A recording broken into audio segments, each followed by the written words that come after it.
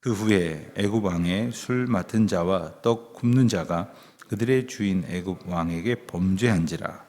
바로가 그 두 관원장 곧 술 맡은 관원장과 떡 굽는 관원장에게 노하여 그들을 친위 대장의 집 안에 있는 옥에 가두니 곧 요셉이 갇힌 곳이라.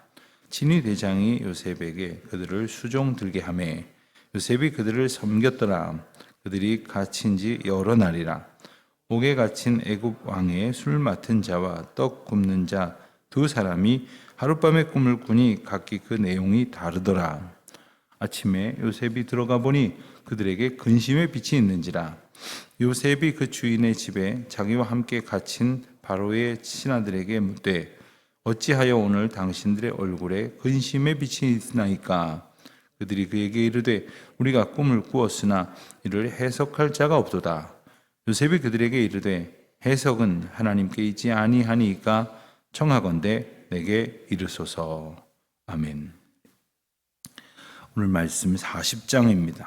40장 말씀을 보면서 우리 39장 맨 마지막 절 한번 다시 보며 이 말씀 읽기를 시작하면 좋겠습니다.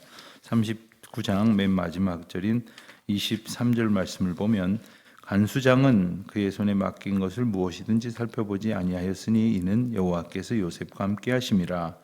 여호와께서 그를 범사에 형통하게 하셨더라 했습니다. 이 39장에서 40장 이렇게 넘어오면서 우리 몇 가지 사실을 다시 확실히 알게 되는데, 첫 번째는 요셉이 감옥 안에 있다는 것이고요. 그리고 두 번째는 감옥 안에서 요셉이 간수장에게 상당한 신임을 얻어서 이 간수장이 요셉에게 많은 일을 맡겼다는 겁니다. 간수장이라는 사람은 이 간수로서 그 죄수들을 그야말로 간수하는 역할을 합니다. 그리고 감시해야 됩니다. 그리고 그들을 통제하고 때로는 그들이 말을 안 들으면 제재를 가해야 되는데, 오히려 거꾸로 그에게 일을 맡았다? 보통 신임을 얻은 게 아닌 것이죠. 어디에 가도 어떤 사람은 항상 누군가에게 도움이 되는 사람이 있고, 어디에 가도 항상 다른 사람들의 해가 되는 사람이 있습니다. 어디에 가도 남을 이끄는 사람이 있고, 또 그 이끌음을 받는 것으로도 모자라서 여러 가지로 공동체를 힘겹게 만드는 사람이 있습니다. 요셉은 항상 많은 사람들에게 신뢰를 주고, 또한 그 일을 맡았을 때 그것을 신실하게 감당함으로써 충성된 종이라 칭찬을 받았습니다. 그래서 그가 한낱 죄수 내지는 노예에 불과했으나 보디발의 집에서 그 가정의 모든 일을 전담할 수 있는, 그리고 그것을 다 책임을 맡을 수 있는 가정 총무의 역할을 맡지 않았습니까? 그게 무슨 자그마한 가정의 살림이 아니었을 겁니다. 이 친위 대장, 자기 집안에 감옥을 두고 그러한 그 죄수들을 관리할 정도로 큰 책임을 맡고 있는 친위 대장 보디발의 가정 총무의 역할을 했었던 사람이 훗날 이제 애굽의 총리 대신으로서 애굽의 살림 전반을 관장하는 그러한 역할을 맡게 되었다니 실로 대단한 그러한 입지전적인 인물이 아닙니까? 보도를 통해 보셨겠지만 영국의 새로운 총리로 선임된 이가 젊은 사람인 것도 놀라운 뉴스인데 인도계의 영국 사람이라고 합니다. 인도가 어떤 나라입니까? 영국이 오래전에 인도를 지배했던 나라 아닙니까? 그러니까 영국이 식민지 백성 출신을 총리로 이제 세운 거죠. 저는 그 요셉의 이야기를 떠올려 봤습니다. 21세기 모든 것이 정말 무한 경쟁, 그리고 어떠한 제한도, 그리고 자유와 인권에 대한 그러한 통념을 다 깨뜨리고 살아가는 시대와는 달랐던 시절인 터인데, 요셉이 그와 같은 신임을 얻었다, 그 애굽의 총리 대신의 역할을 맡았다는 것을 생각을 해보면 감옥 안에서 간수장에게 이마만큼의 어떤 신뢰를 받았다는 것은 어쩌면 당연한 일인 것처럼 보여지기도 합니다. 그리고 또 한 가지 39장 마지막 절과 40장 1절에서 볼 수 있는 것은 감옥에 갇혀 있음에도 불구하고 성경은 요셉의 형편에 대해서 뭐라고 말씀하시느냐? 요셉이 형통하였다 했습니다. 형통하였다. 아마도 우리 생각에 이게 무슨 형통이야? 누명을 쓰고 감옥에 들어가 가지고서는 이게 무슨 형통이냐 할지 모르지만 오늘 본문을 통해서 우리는 깨닫게 됩니다. 형통이란 사람이 그가 원하는 일을 그가 원하는 대로 순탄하게 이루는 것이 형통이 아니라 그 일이 어떤 형편에 놓여 있다 할지라도 하나님이 함께 하시는 것을 깨닫는 것이요. 하나님이 함께 하실 때 형통을 얻게 된다는 겁니다. 하나님이 나와 함께 하심을 깨달으면 삶은 괴롭지만 현실은 녹록하지 않지만 몸은 피곤하지만 떠올리면 답답하지만 하나님이 나와 함께 하시다는 것 때문에 우리가 편안하게 오늘 하루를 살아갈 수 있는 것이 아닙니까?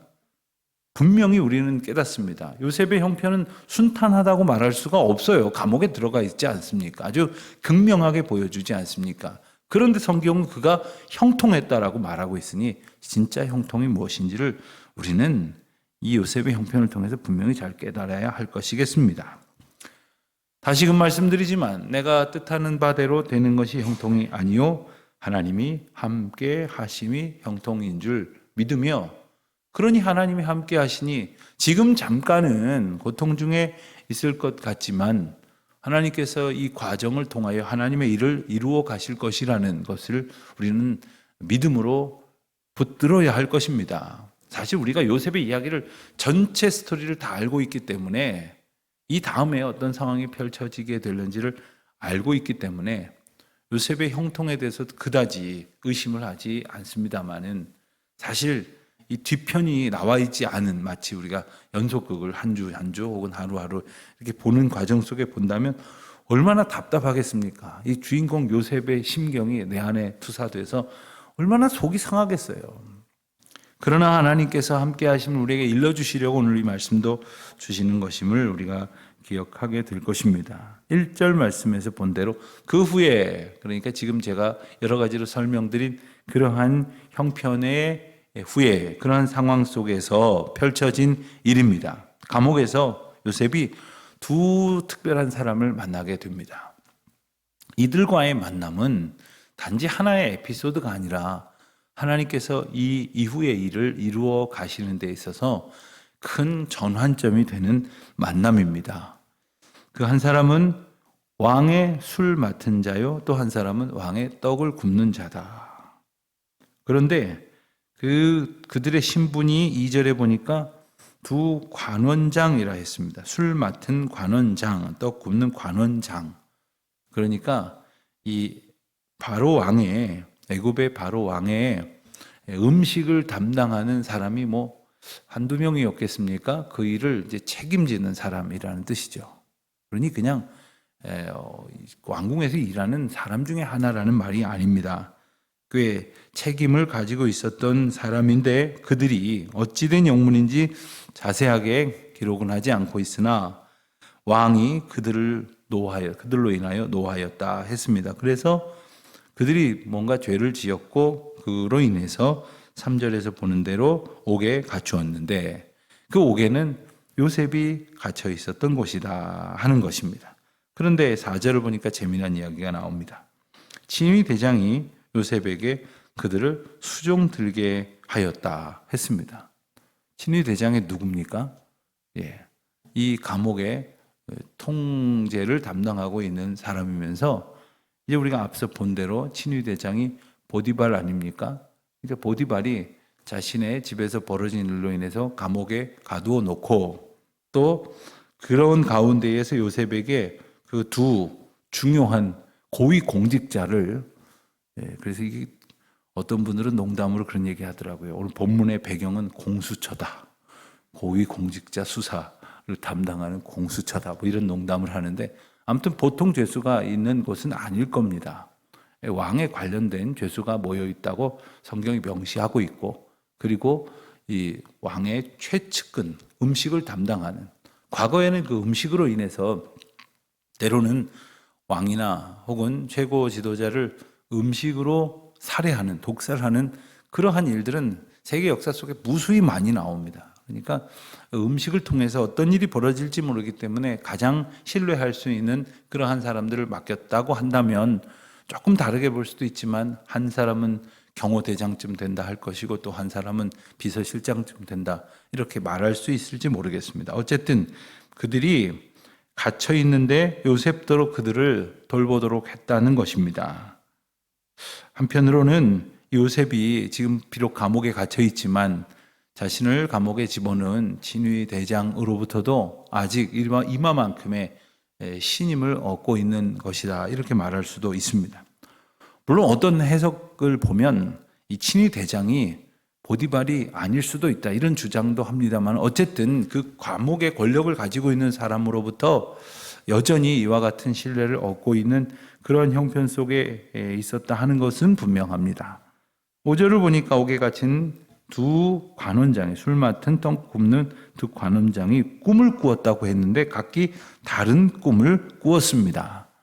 꿈을 꾸고 난 그 아침에 요셉이 그들에게서 근심의 빛을 보았다고 했습니다. 여러분, 요셉의 형편이 이렇습니다. 단지 어떤 사물을 보는 것이 아니라 그들의 낯빛을 통해서 그들의 평온을 살피는 것. 그래서 그 낯빛을 살핀다고 하는 것은 그의 진정한 평강과 안위를 살피는 것. 참 요셉은 지금 한 사람의 죄수로서 감옥에 갇혀 있지만 하나님께서 상황을 통해서 그 앞에서 만난 모든 사람들을 살피고 돕는 것으로서 그의 사명을 주셨기 때문에 그들의 낯빛을 살펴보면서 그들의 근심을 보았습니다. 그런데 근심을 보았을 때 그는 그들의 근심을 해소하고자, 도와주고자 하는 그런 노력을 기울입니다. 여러분, 때로 우리가 다른 사람들에게 그저 무심하게 살 때가 많습니다만은 이렇게 유심히 본다고 보면서 낯빛이 전과 같지 않다, 뭔가 좀 이렇게 수심이 있고 근심의 빛이 있다고 하면 어떻게 하십니까, 여러분들은? 아유, 저 사람 뭐 안 좋은 일 있나 보네. 아유, 잘 됐다. 쌤통이다. 별로 내가 평소에 좋아하지 않는데 안 좋은 일이 있나 보다. 뭐 이런 생각하시지는 않을 것이고요. 어떻게 하면 좋겠습니까? 무슨 일일까? 거기까지만 생각하고 그냥 궁금해하고 말기가 쉽지만, 요셉은 그들의 얼굴빛을 살피고 그리고 그들을 돕고자 합니다. 그런데 오늘 말씀을 보면 왜 그들에게 얼굴빛이 있었을까? 8절 말씀에 보면 꿈을 꿨는데 이 꿈이 해석이 안 돼서 그 꿈이 무엇을 말하는가 때문에 두려워하는 겁니다. 혹시라도 무슨 불길한 일이 있지는 않을까? 여러분, 꿈은 이루어지기 전에 미리 보여주는 겁니까? 아니면은 꿈은 반대입니까? 어떻게 생각을 하십니까? 그냥 꿈은 꿈입니다. 꿈은 꿈이에요. 여러분, 꿈으로써 현몽하는 이야기가 성경에도 나오고 그 꿈을 통해서 예지할 수 있는 그러한 방편으로 사용될 수도 있지만 아무나에게 그러는 것이 아닙니다.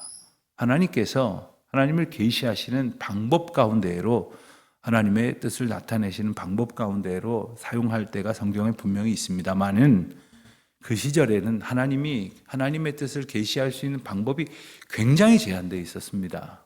오늘날은 더 선명하고 분명하게 우리가 말씀을 읽을 수도 있고 말씀을 들을 수도 있고 하나님께서 아주 다사다난한 그러한 사건들을 통해서 하나님을 계시하실 수도 있습니다.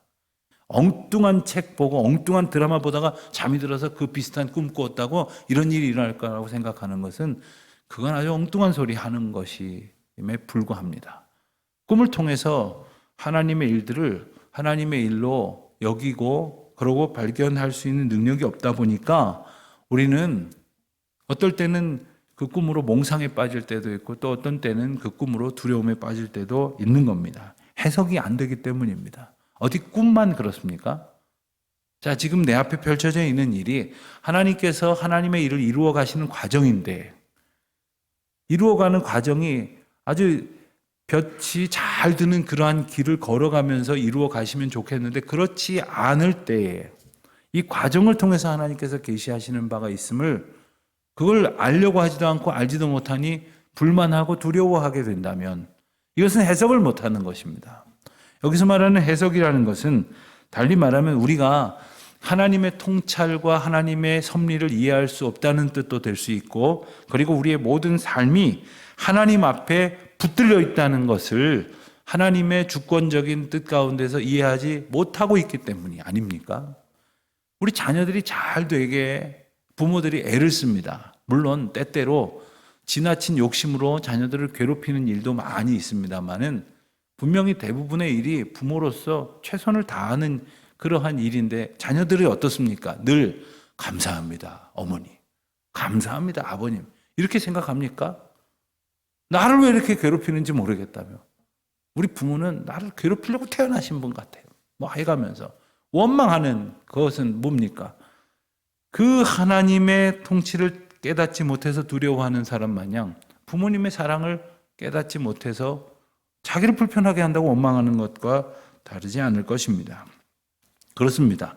요셉은 모든 인생이 하나님 앞에 붙들려 있다는 것을 알고 있었어요. 비록 그의 형편이 여전히 꼭같이 죄수의 신세이지만 그는 우리 앞에 놓일 모든 인생은 하나님의 주권 가운데 붙들려 있다는 것을 알고 그 열쇠를 가지고 모든 상황을 풀어냈던 겁니다. 그러나 그것을 알지 못하니까 이 감옥에 갇힌 두 전직 고위 공직자는 이게 풀려지지를 않는 거예요. 그러던 중에 꿈까지 꾸니까 도무지 헷갈리는 거예요. 괴로운 겁니다. 그렇습니다. 우리의 인생은 하나님의 관점으로 보지 않고는 해석이 안 되는 겁니다. 해석이 혹시 됐다고 하더라도 그것은 오역일 가능성이 큽니다. 착각하는 것이에요. 그러므로 우리가 해석을 내가 하려고 하는 것이 아니라 하나님께서 해석해 주실 때까지 억지로 풀 것도 아니고, 또 교만하여 방자하게 행할 것도 아니며 낙심하여 괴로워할 일도 아니라는 것이에요. 지금 이 상황이, 우리 앞에 펼쳐져 있는 모든 상황이 하나님의 뜻 가운데 있음을 신뢰하고, 그래서 눈앞에 보이는 대로 일비하는 것이 아니라 하나님의 능하신 손길 가운데 역사하실 주님의 뜻을 의지하는 믿음이 있을 때에 우리는 두려움 가운데에서 근심함으로 오늘을 걱정하는 것이 아니라 소망 가운데 하나님의 역사하심을 기대하는 믿음의 삶을 살아가게 될 것입니다. 오늘도 우리 앞에 놓여 있는 모든 일들을 억지로 해석하려고 하지 마십시오. 깨달아진다면 하나님 앞에 감사하시되, 깨달아지지 않는다면 다만 오늘 내가 해야 할 일을 겸손히 감사함으로 감당하는 겁니다. 그 가운데 오늘 우리에게 보여주실, 허락하실 놀라운 은혜의 때를 감격 가운데에 발견하는, 만나는 은총이 저와 여러분에게 넘쳐나시기를 주님의 이름으로 축원드립니다. 하나님 아버지, 저희의 하루를 주장하여 주시옵소서. 저희의 뜻대로가 아니라 주님의 뜻대로 역사하실 것을 신뢰합니다. 그리고 의지합니다. 그리고 소원합니다. 하나님 그 뜻 가운데로 우리를 이끌어 주시옵소서. 예수님의 이름으로 기도합니다. 아멘.